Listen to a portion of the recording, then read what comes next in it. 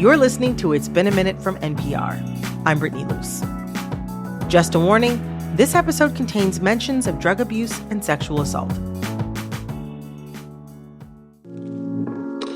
This week, we're talking about a page in the history books that, despite its wide-reaching impact, has always felt a little blank to me. The effects of the crack epidemic are still everywhere, from our music to our legislation, and many of its survivors are still with us. Yet, without historical context, survivors are left to sort out their experiences themselves. And as for the rest of us, today, we mostly see the crack epidemic through a lens of pop culture, be it drug-dealing dramas on screen or jokes we've heard about those addicted to crack. My friend, author and journalist Donovan X Ramsey has been on a mission to change that with his new book, When Crack Was King, A People's History of a Misunderstood Era. Misunderstood. You went heavy on the misunderstood. And you was trying to give people some understanding with the book. Period. I'm giving Tasha Scott. What I need from you is understanding. Exactly.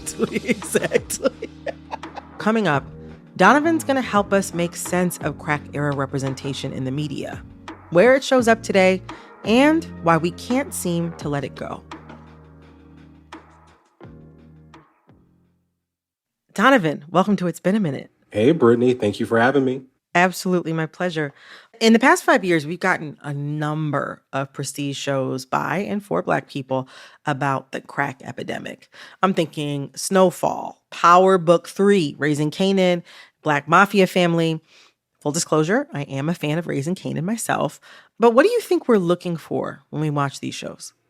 Those shows, those movies, you know, as we affectionately call them, hood movies or hood shows, they are shows about ambition at their core.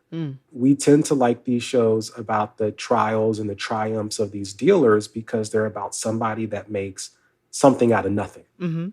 I will say, though, that we run the risk of forgetting all the other people who were impacted by the crack epidemic when we focus so much on the dealer, or when we focus so much on this rise and fall of one individual that we forget that their, lives are also being impacted by larger social forces. That story is much harder to tell. Yeah, I think that's actually along the lines of what I was thinking about when I'm thinking about why people, enjoy watching these stories. I mean, in general, people love crime and gang stories. Scarface, Goodfellas, The Godfather, you know what I mean? A lot of these are considered modern classics. And there's just so much drama and moral conflict baked into all those. But in thinking about the crack epidemic and the crack era, to follow the dealer is to follow a hero or anti-hero, which makes sense like narratively. But, many of us would rather see ourselves as in the hero rather than in the victim. Yeah, I think you're absolutely right about that. If we're interested in the era, that there are more opportunities to feel good if you're following somebody who is getting rich rather than somebody who is struggling through addiction, or even somebody that's trying to figure out policy to how to stop it. Even though I should say, in putting together this book, we also can't flatten out drug addicts, because people who became addicted to crack were often the most fun, right? They were the person who just happened to stay at the party the longest. And they tend to have good senses of humor. And if they survived the crack epidemic, it's because they were witty and sharp and could think quick on their toes, and, also hustled to make money to support their habit and to keep their lives going. That I have yet to interview somebody who is in recovery or even still actively using that isn't a dynamic person. And I think that that was really eye-opening for me to be able to have that experience with people that I wasn't as curious about going into it. I'm so glad you brought that up, because despite what you just said, crack and crack users are often used as a punchline on TV and in movies and music lyrics and stand-up comedy. Crack has even been a part of some of the internet's most memorable moments. Like Whitney Houston's infamous "Crack is whack" quote. Crack is cheap. I make too much money to ever smoke crack. Let's get that straight, okay? Crack is whack. I think about how often her addiction became the butt of jokes about crack and cocaine, like those on Mad TV. Even though our societal attitudes around addiction have changed considerably, crack is still kind of allowed to be the butt of the joke. Why do you think that is? Because we flattened these dynamic experiences and individuals into tropes. The crackhead is a symbol, and it became that through a period of misinformation and propaganda, but also because people are, I think, extremely uncomfortable with the subject. Those of us that experienced the epidemic up close and personal, sometimes we laugh to keep from crying. What addiction did to Whitney Houston was really sad, and she is still beloved by lots of folks. I think being able to laugh at some of the things that she said and did when she was, struggling through her addiction can make it feel not so bad, right? That if we can still kind of shine a light on the comedy and the absurdity of some of those situations. But I think that, when it's not coming from a place of empathy, it's just cruelty. It brings me to my next question. We're currently in another drug epidemic, the opioid epidemic. And I think it's great that society seems to be more sensitive to the ravages of opioid addiction, but I can't forget how the victims of the crack epidemic were treated. For example, the term crack baby is now thought of as a pejorative, but it was used as a proper term, quote unquote, proper term in newspapers and magazines in the 80s and 90s. And, I cannot imagine a child born of an opiate addicted person being called a name like that. Why do you think the opioid epidemic has been treated so differently by not just the media, but also legislators? Now, Brittany. I'm just asking questions. I know. I'm just asking questions, Donovan. Yeah. I'm just asking questions. I don't want to oversimplify it, right? Because cocaine is a very different substance than an opiate. So you get different behavior among users. Cocaine users are energetic and opioid users are lethargic. That dealing of cocaine was something that was done in open air markets. So typically on street corners, which then led to turf wars. Early on in the opioid epidemic, we were talking about prescriptions. So the sites for drug dealing were actually doctors' offices. And that leads to different kinds of policing and different perceptions of it. But I think that the main factor really is race, that the people impacted by opioids have been white. And as a result, that most Americans who are white see themselves in those people, and they see themselves, also in the dealers, and they then have much more empathy. I should say, though, that more empathy doesn't mean that we are smarter as it relates to policy, or that the potential for shame and fear is not there. It's clear that media representation of a drug affects how our society treats, helps, or punishes those who use it.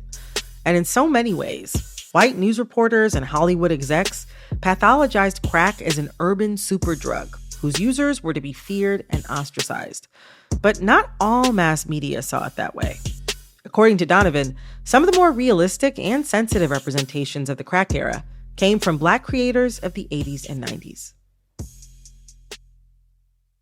Writing this book gave me a new appreciation for hip hop culture. Mainstream media didn't really pay attention to crack until, the mid to late 80s, about 85 to 87. But it's in the music as early as 82, 83. Songs like White Lines by Grandmaster Flash. My white lines go a long way, either up your nose or through your vein, with nothing to gain except killing your brain. For people, that are listening who love hip hop, you can think about songs like Night of the Living Bassheads by Public Enemy. Like comatose walking around, please don't confuse this with the sound. I'm talking about bass.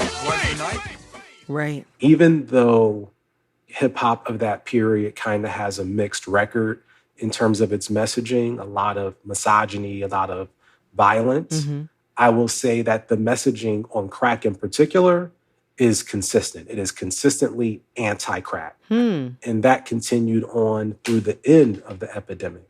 And, I would also point to the filmmaking. When I was a kid and I watched New Jack City, and Chris Rock is playing the addict character Pookie. I don't got no control over it, man. I try to kick, man. They be calling me, man. I just gotta go to it.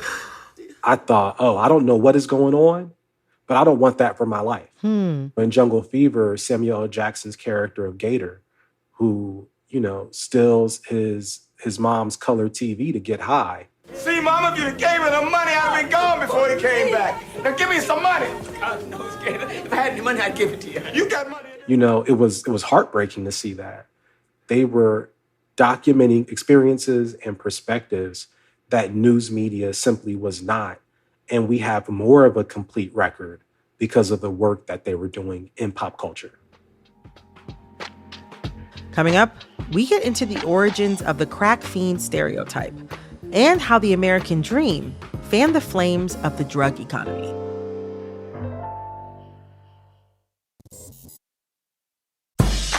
Want to learn how to be a master of business without going back to school?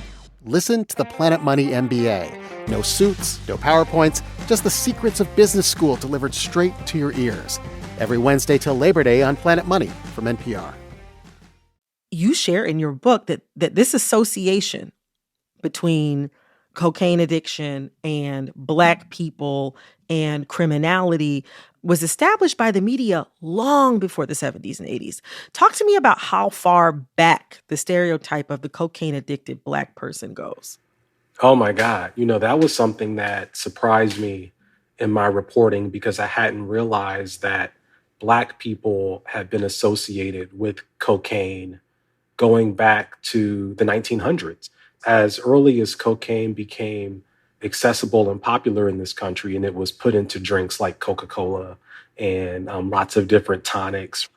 1906, you have the Atlanta race riots, which was really a massacre of Black folks in Atlanta, starting because of this idea that Black men hopped up on cocaine were raping white women. So white folks throughout Atlanta gathered and they worked their way through the bars and the businesses that sold drinks like Coca-Cola, which included coca leaf extract in its recipe. They destroyed those businesses and then they worked their ways into Black residential neighborhoods and destroyed them. It's a long part of our history. This idea of substances creating monsters out of Black people.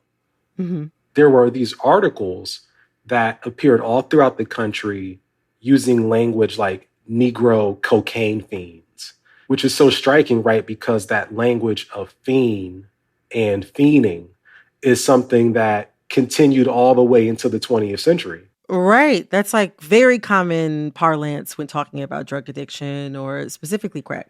Right. Tupac says on Dear Mama, even though you were a crack fiend, you always were a Black queen. Right. Exactly. Mm. And it's important to say that because all communities use drugs, you can just associate a group with a substance, criminalize it, and then it becomes this mechanism for disrupting people's lives.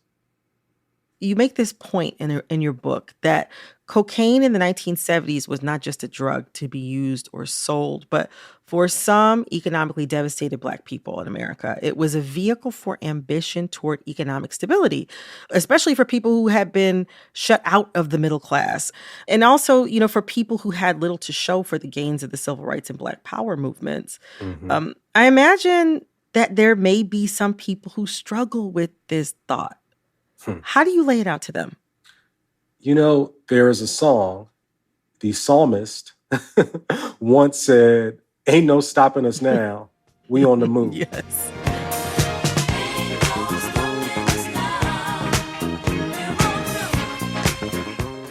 That song in the 1970s was like our anthem. That there was this perception that the civil rights movement had opened up all of these opportunities. There was this idea that there was nothing left holding us back, So you saw a real push towards assimilation. The goal is to finally enter the mainstream of American culture. On television, when you watch a show like The Jeffersons, it's moving on up. Different Strokes is a Black family being adopted by a rich white family. Welcome, gentlemen. How about that, Willis? Downtown 2 minutes and already we're gentlemen. Time and time again, you're getting these messages that we're supposed to be entering white life and leaving the ghettos. Well, if you're somebody living in the ghetto who doesn't have the great fortune of being adopted by a rich white family, then you start to think maybe that there's something wrong with you, that you want to wear polo and Izod and Lacoste, these markers of middle-class identity, just like everybody else. So then for young people who didn't see a way out of their neighborhoods, who didn't feel like they were moving on up, cocaine becomes this incredible substance that can change their fortunes. It was their prohibition. It was this unprecedented opportunity to find your fortune. And that's exactly what people did. The average drug dealer didn't become wealthy selling crack. He was able to pay his mom's rent, maybe buy a car, and buy some nice clothes. And that's why people did it. They do illustrate this search for the American dream. Or, another way of saying it is that Black people are also Americans. That Black Americans want the same things as everybody else. And that the circumstances of our lives are different. Well, Donovan, thank you so much. This was a really, really thoughtful and just well-researched, well-written book, and I'm really glad we got to talk about it today. Thank you so much for having me. Donovan X. Ramsey's new book is titled When Crack Was King, A People's History of a Misunderstood Era. This episode of It's Been a Minute was produced by Corey Antonio Rose. Our editor is Jessica Plachek. Engineering support came from Stacy Abbott. We have fact-checking help from Nicolette Kahn. Our executive producer is Verilyn Williams. Our VP of programming is Yolanda Sanguini. Our senior VP of programming is Anya Grundman. All right, that's all for this episode of It's Been a Minute from NPR. I'm Brittany Luse. Talk soon.